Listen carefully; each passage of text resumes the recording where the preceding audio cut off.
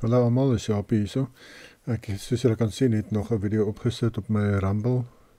Die derde gesondheidsvideo.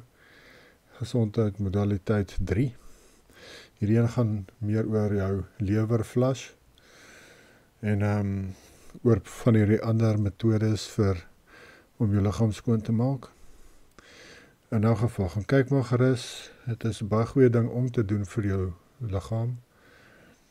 En ek wil net noem, in die comments onder hierdie video het ek gesit spesifiek dat jy met 'n lewerflush, as jy gaan lê op jou bed, moet jy op jou regtersy lê, soos ek hier gesê het.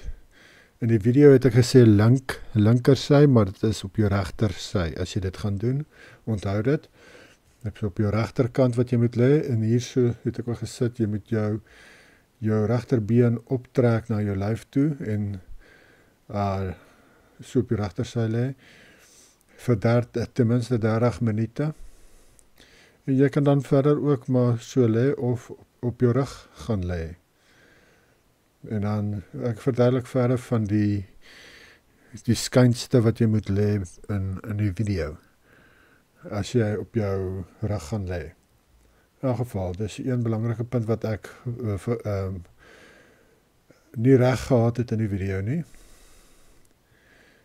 Ek het dit ook in die description hier genoem van jy moet op jou regterkant lê, wat later sal opkom, lyk my. In elk geval, gaan kyk gerus hierdie video en soos ek gesê het, ek dink hierdie gaan dan die laaste ene wees wat ek gaan doen dan. En dan met julle, ja, maar wag, dan sal ek maar vorentoe weer geestelike video's opsit op YouTube. Want ja, hierdie video's wil ek nie sit op YouTube nie, want hulle is snaaks. So gaan kyk dit maar op Rumble as julle wil. Kom ons stop die video. Groete vir julle. Bye.